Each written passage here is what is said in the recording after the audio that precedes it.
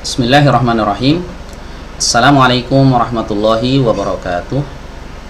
Alhamdulillah wassalatu wassalamu ala Rasulillah wa ala alihi wa sahbihi ajma'in, amma ba'du.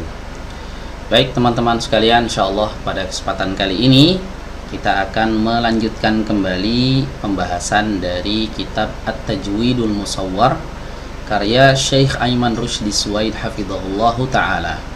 Dan pada video kali ini insyaallah kita akan memasuki pembahasan yang paling terpenting dalam ilmu tajwid ya.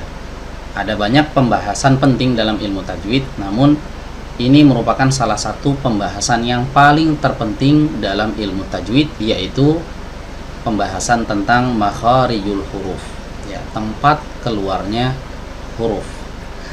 Baik, kita langsung saja masuk ke pembahasannya. Makharijul hurufil arabiyyah, tempat-tempat keluarnya huruf-huruf Arab. Nah, di sini Syekh Aiman Rushdi Suwaid hafizahullahu taala menurunkan 5 makhraj atau 5 tempat keluarnya huruf ya secara umum. Ya, setelah itu beliau merincikannya. Nah, secara umum makharijul huruf itu atau tempat-tempat keluarnya huruf itu ada 5 tempat. Yang pertama adalah al-jauf atau rongga tenggorokan dan rongga mulut. Kemudian yang kedua adalah al-halq atau tenggorokan. Kemudian yang ketiga adalah ahruful lisan, huruf-huruf lisan. Yang keempat adalah asyafatan, ya, 2 bibir. Dan yang kelima adalah al-khayshum, rongga atau pangkal hidung. Nah, teman-teman hafalkan ini ya, kalau perlu dicatat ya, karena ini termasuk pembahasan yang paling penting dalam ilmu tajwid. Baik, kita akan bahas yang pertama terlebih dahulu ya teman-teman ya, yaitu pembahasan tentang makhraj al-jauf.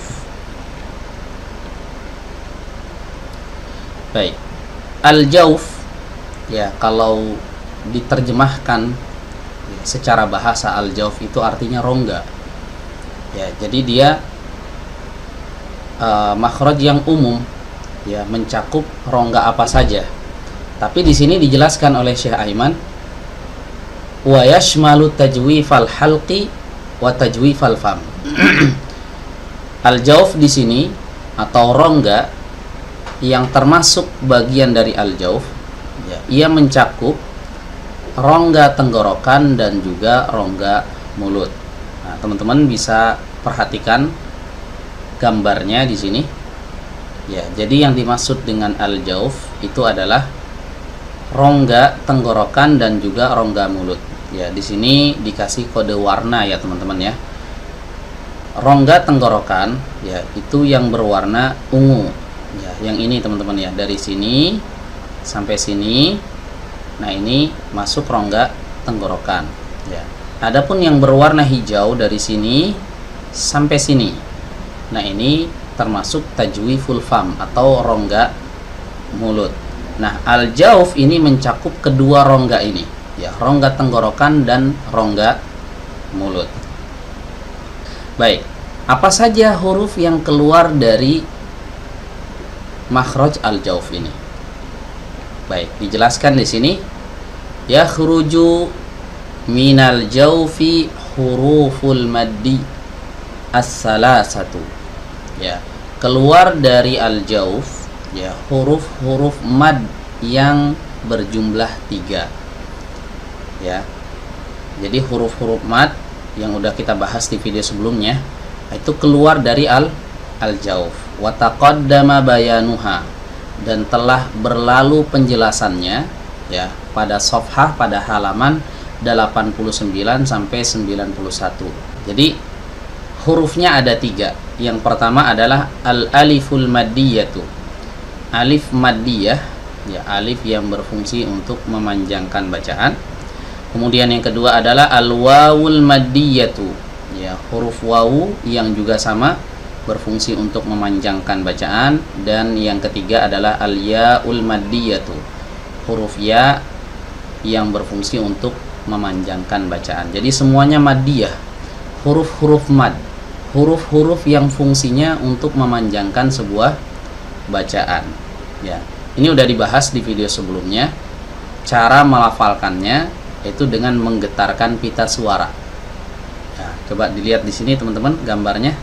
Baik alif, waw ataupun ya, ya cara mengeluarkan suaranya dengan menggetarkan pita suara. Adapun perbedaannya ketika kita melafalkan huruf alif, ya, mulut harus dibuka dan posisi lidah harus dalam keadaan rileks. Ya, ketika kita mengucapkan huruf waw, mulut dimonyongkan dan posisi belakang lidah ini diangkat.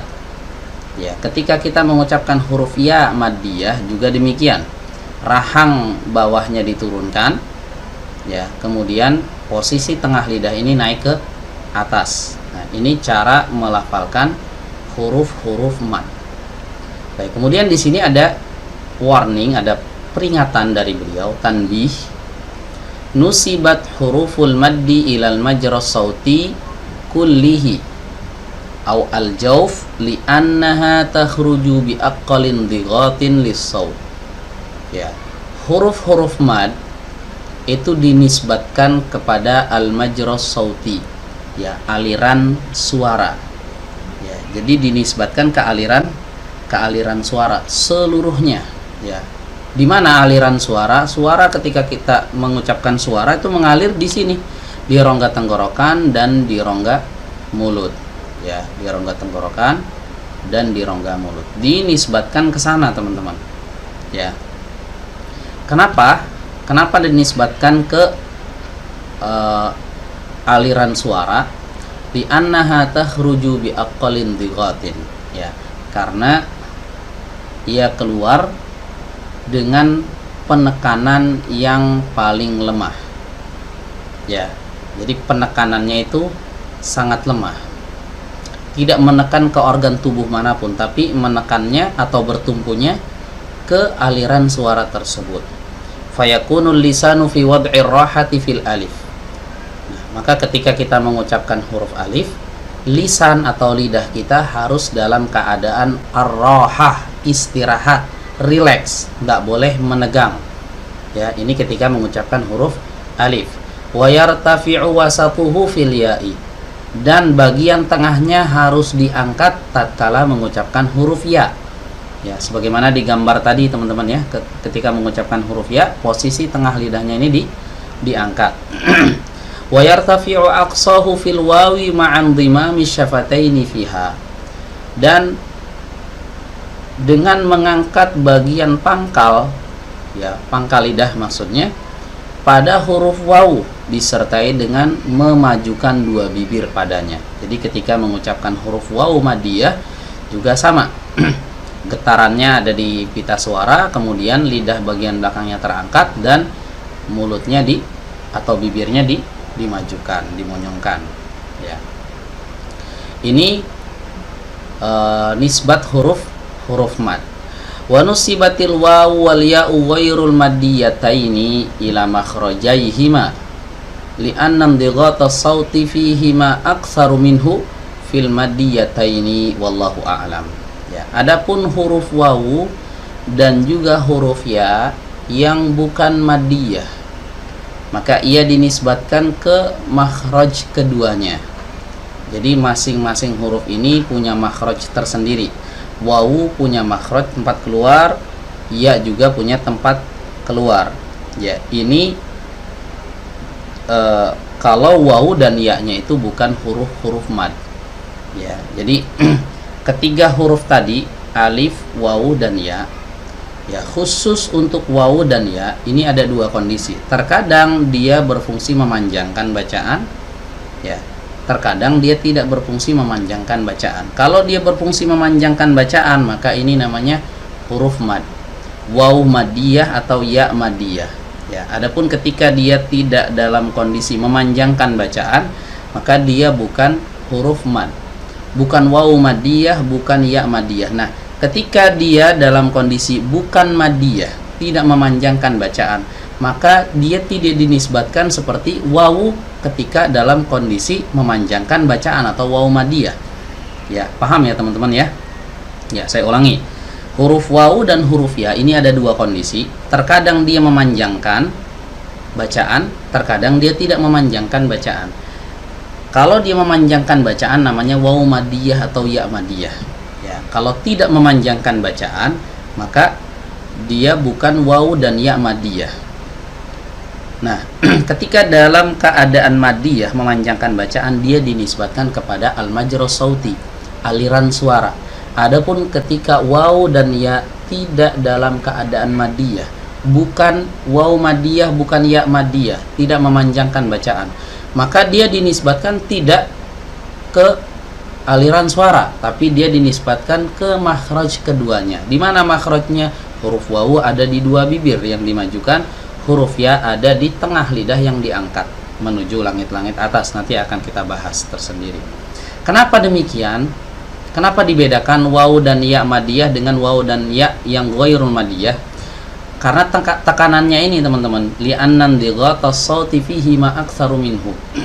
Karena pada huruf wawu madiyah, pada huruf ya madiyah itu tekanan suaranya lebih besar, lebih banyak daripada tatkala dia dalam kondisi madiyah. Demikian yang bisa disampaikan, kurang lebihnya mohon maaf. Akhirul kalam, wassalamualaikum warahmatullahi wabarakatuh.